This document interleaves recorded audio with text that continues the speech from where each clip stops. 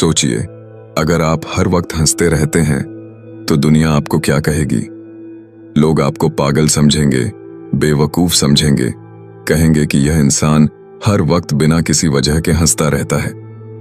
लेकिन हकीकत कुछ और होती है। आज की यह कहानी आपको जिंदगी को देखने का एक नया नजरिया दे सकती है। इसलिए इस कहानी को अंत तक जरूर सुनें। और अगर आपको यह कहानी अच्छी लगे तो इस वीडियो को लाइक करें, चैनल को सब्सक्राइब करें और हमें कमेंट में बताएं कि आपको यह कहानी कैसी लगी। तो चलिए कहानी शुरू करते हैं। बहुत समय पहले की बात है। चीन के गांवों में 3 अजीबोगरीब भिक्षु घूमते थे। वे गोल-मटोल, नाटाकद और उज्जवल चेहरों वाले थे। लेकिन सबसे विचित्र बात यह थी कि वे कभी भी गंभीर नहीं होते थे। वे हमेशा हंसते रहते थे। लोग उन्हें 3 हंसते भिक्षु या 3 लाफिंग मॉन्क के नाम से जानते थे। इन भिक्षुओं के पास कोई किताबें नहीं थीं, कोई प्रवचन नहीं थे और ना ही कोई शिष्यों की टोली थी। उनका एक ही कार्य था, किसी भी गांव में प्रवेश करना, वहां के बाजार के बीचों बीच खड़े हो जाना और जोर जोर से हंसना। धीरे धीरे गांव के लोग उनके पास इकट्ठा हो जाते। पहले अचंभे से देखते, फिर धीरे धीरे खुद भी हंसने लगते। उनकी हंसी में कुछ ऐसा था जो हर व्यक्ति को अपनी ओर खींच लेता। लोग अपने दुख दर्द भूल जाते, अपने तनाव को त्याग कर उनकी हंसी में शामिल हो जाते। और जब पूरा गांव हंसी के समुद्र में डूब जाता, तब वे चुपचाप वहां से निकल जाते और अगले गांव की ओर बढ़ जाते। धीरे धीरे पूरे चीन में इन 3 भिक्षुओं की प्रसिद्धि फैलने लगी। वे जहां भी जाते, वहां आनंद और उल्लास की लहरें दौड़ जाती। गांव के लोग उनका इंतजार करते, उनके आने पर खुशी से झूम उठते। धीरे धीरे चीन के लोग इन 3 भिक्षुओं से प्रेम करने लगे। वे समझ गए कि ये भिक्षु कोई मजाक नहीं कर रहे, बल्कि जीवन का सबसे महत्वपूर्ण सत्य सिखा रहे हैं, खुश रहना हर परिस्थिति में। वे न किसी की हंसी उड़ाते थे, न किसी का उपहास करते थे। वे बस हंसते थे, मानो उन्होंने ब्रह्मांड का सबसे बड़ा रहस्य समझ लिया हो। इन भिक्षुओं ने बिना एक भी शब्द कहे पूरे चीन में आनंद और उल्लास फैलाया।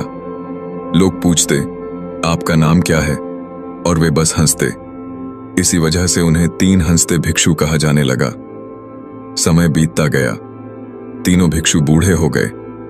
एक दिन वे एक गांव में रुके थे कि उनमें से एक की मृत्यु हो गई। यह खबर सुनकर पूरा गांव स्तब्ध रह गया। गांव वाले उम्मीद कर रहे थे कि अब बाकी 2 भिक्षु जरूर रोएंगे, क्योंकि यह स्वाभाविक था। आखिरकार उन्होंने अपना वर्षों पुराना साथी खो दिया था। अगली सुबह पूरा गांव इकट्ठा हुआ यह देखने के लिए कि वे कैसे प्रतिक्रिया देंगे। लेकिन जब उन्होंने देखा तो वे चौंक गए। बाकी दोनों भिक्षु अपने मृत साथी की चिता के पास खड़े थे और जोर जोर से हंस रहे थे। यह देखकर लोग हैरान रह गए। कुछ बुजुर्गों ने उनसे पूछा, यह क्या बेहुदा मजाक है? यह आपका साथी था, आपको दुखी होना चाहिए। भिक्षुओं ने पहली बार अपनी चुप्पी तोड़ी और कहा, हम हंस रहे हैं क्योंकि यह आदमी जीत गया। हम हमेशा सोचते थे कि पहले कौन मरेगा, और इसने हमसे पहले जाकर हमें हरा दिया। हम उसकी जीत पर हंस रहे हैं। इसके अलावा हमने इतने वर्षों तक एक साथ हंसते हुए जीवन बिताया। उसकी विदाई पर हम दुखी क्यों हों? हम उसे अंतिम विदा देने का सबसे अच्छा तरीका जानते हैं, हंसना। जब उस तीसरे भिक्षु के शरीर को अंतिम संस्कार के लिए चिता पर रखा गया, तो गांव वालों को एहसास हुआ कि यह कोई साधारण मृत्यु नहीं थी। चीन में यह प्रथा थी कि मृत्यु के बाद व्यक्ति के पुराने कपड़े बदलकर उसे नए कपड़े पहनाए जाते थे। लेकिन मरने से पहले तीसरे भिक्षु ने अपने साथियों से कहा था, मुझे स्नान मत करवाना, मेरे कपड़े मत बदलना। मैं कभी अशुद्ध हुआ ही नहीं। मेरे जीवन में इतनी हंसी आई कि कोई अशुद्धता मुझ में टिक ही नहीं सकी। हंसी हमेशा युवा और ताजा होती है। जब उस तीसरे भिक्षु के शरीर को चिता पर जलाया गया तो एक अद्भुत घटना घटी। जैसे ही आग की लपटें उठीं, अचानक पटाखों की गूंज सुनाई देने लगी। रंग बिरंगे धुएं ने आसमान को सजा दिया। सभी हैरान रह गए। दरअसल उस भिक्षु ने अपने कपड़ों में कुछ पुराने चीनी पटाखे छिपा रखे थे। जैसे ही आग ने उन्हें पकड़ा, वे फूट पड़े और पूरा आसमान रंगीन रोशनी से भर गया। यह देखकर पूरा गांव जोर जोर से हंस पड़ा। मरने के बाद भी वह भिक्षु सबको हंसा गया।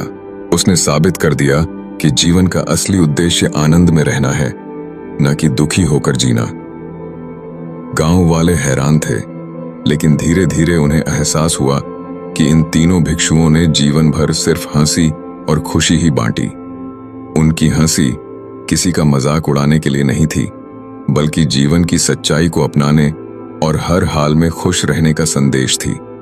जब लोग भिक्षुओं से विदा लेने आए तो उन्होंने अपने जीवन का सबसे महत्वपूर्ण संदेश दिया, जो तुम्हारे हाथ में नहीं है उस पर चिंता करने का क्या मतलब। जब तुम किसी चीज को बदल ही नहीं सकते तो उसे लेकर परेशान रहना खुद को तकलीफ देने जैसा है। समझदार इंसान वही है जो हर परिस्थिति में खुशी ढूंढता है। हम सबके जीवन में दुखी होने के हजारों बहाने हो सकते हैं। काम का तनाव, परिवार की समस्याएं, असफलताएं, दूसरों की बातें, भविष्य की चिंता। लेकिन क्या सच में खुश रहने की कोई वजह नहीं हो सकती? अगर गहराई से देखें तो खुश रहने के लिए एक छोटी सी वजह भी काफी है।